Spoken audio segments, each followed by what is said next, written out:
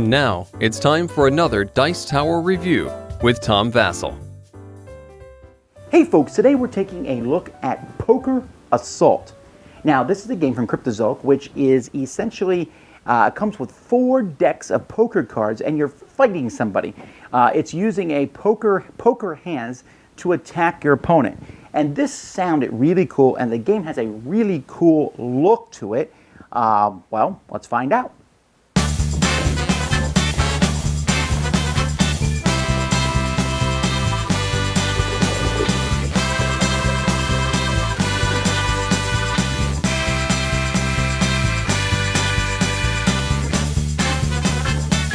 The game comes with 4 poker decks: Vampire Court, Wolf Pack, the Invaders, and Rocket Patrol. Each deck is a standard deck of cards. Some of the cards have special abilities on them, but you're going to find the 4 suits. Now, the decks of cards are really nice. I mean, you see here the 6 of diamonds, and it's showing like the fangs that are bitten into the diamonds. These vampires apparently like to bite the different symbols of the suits. And then the kings, there's mist form as a 3, but the kings and the queens and the jacks are all also marked in different things, and the artwork is really good. So that's the Vampire Court. We'll show you each one, because the Rocket Patrol is more like we got wingmen. These are like your 1950s rocket style, and so all their suits look like nice badges. And the Rocket Patrol, of course, is fighting the Invaders. So these guys are alien, and of course they're kind of that 1950s, 1960s aliens. And so the queen here is a celestial telepath. The king is just the guy who wants to conquer Earth. And so that's the aliens. And then finally the wolf pack. And there's going to be different kinds of wolves, and they like to scratch the suits. And again, if you just want to use these as a deck of cards, they're a pretty neat looking deck. They're really nice. Their cards are very good quality. So hey, you can use that as a deck of playing cards. Each faction also comes with power cards. These are very specific things that you'll get over the course of the game. So in this game, we'll talk about a 2-player game here. You're going to have a hand of cards. So let's pretend this. I haven't looked at these at all yet. And you're going to be attacking your opponent. You'll take turns attacking your opponent. Each person is going to start with 10 chips worth of poker chips. These are essentially hit points. They're not really poker chips. And so you're going to be trying to play the best hand you can. Now I'm looking at this hand, and I almost have a flush. So I think that's what I'm going to go for. So I'll play this 8 here of clubs in front of me, and then draw a card. Now I could play this 8 here and go for a pair. That's an assured thing, but I think I have a good chance of getting a flush, so I'll play a 5. At this point, oh, I'm sorry, that's not a flush. That's a spades. I got confused there for a second. I'm going to play the joker, the jack. Sorry, all you poker fans out there. Now I'm going to draw another card. Oh, now things are getting a little worrisome. I'll play the queen, but I need to draw one. See, now I'm busted, essentially, because I would have to be able to play a 8, 9, 10, jack, queen. I don't have a 9, so no, I can't play a straight either. So that's that. But let's say I had decided to play the 8 as my second card. Now I have a pair, and then on my next turn I would look, and no, I don't have anything else to play. So I'm done at this point. You don't have to play out a whole poker hand. You just play out either 1 pair, 2 pairs, 3 of a kind, a flush, a straight, a full house, 4 of a kind, or a straight flush. So I was trying for the flush there, and I just didn't get it. So no big deal. So I play a pair. Now my opponent is going to have to block these. To block each one of them, he's going to block each card separately. When blocking a card, he can play a card that's the exact same number. So he looks at his hand. He does not have any 8s, but any 8 could block an 8. However, to block an 8 of hearts there, he can play a higher heart also. So he plays a 10 to block that.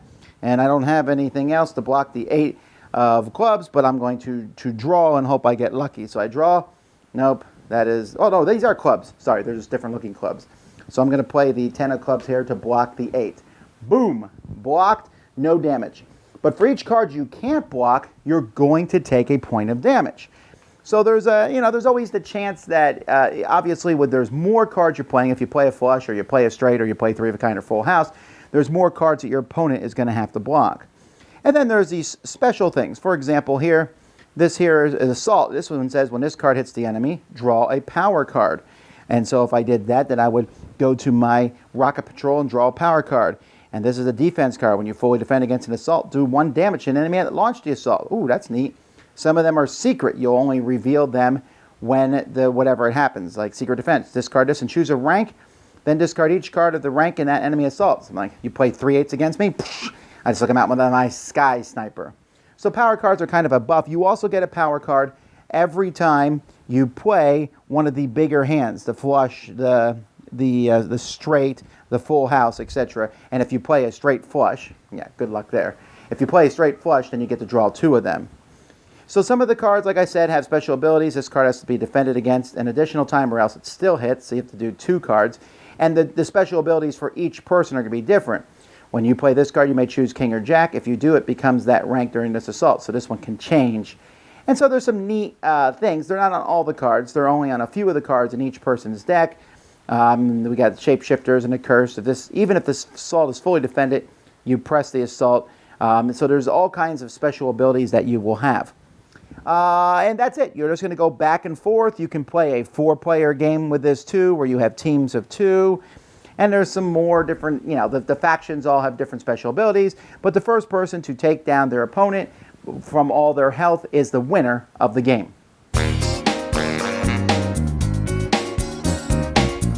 Once again, I got to give Cryptozoic some points here. This is a really nice presentation. These poker chips they're cardboard, but they're nice cardboard. They're red and black poker chips. I mean, it's unfortunate they're only used as hit points, but they're nice. And honestly, the game allows you have 4 decks of poker cards. You have chips. You can play cards with this. And the artwork is beautiful. It looks really good. And that's really the best thing I can say. I don't like the game, though. And I'll tell you why I don't like the game. I don't like the game because it's really just luck. Now, at first, I was excited. When I read over the rules, I was like, oh, wow, this is really intriguing. So I could play an 8 out in front of me, and then later on, it could become a pair, or it could become a flush, or it could become 2 pair. But the game doesn't actually do that. I would have liked the game had you put out 5 cards in front of you, and they're the best poker hand that you can build. And then somehow your opponent defends against that, where you put out an 8, and then you're like, oh, I drew another 8. Now, do I play that 8, or do I just go for the flush? And you're trying to do that. You can do that in this game, but if you go for the flush, like you saw in my example, and then you don't get to draw the cards for it, you can't finish the hand, and it's dud. And while here, if I would have preferred, like, oh, I can still play the 8 and get a pair at least. And so I don't like that. And you know why? Because it's just stinking luck.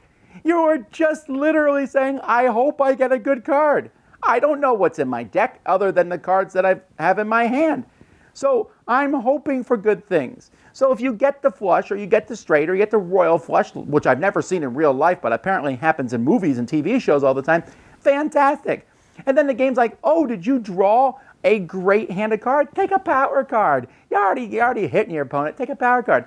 And then the blocking, the defense is pretty boring. Play high cards, block it. And you're like, whoa, yes, Vasel, but when you play those high cards, you can't use them in your next poker hand.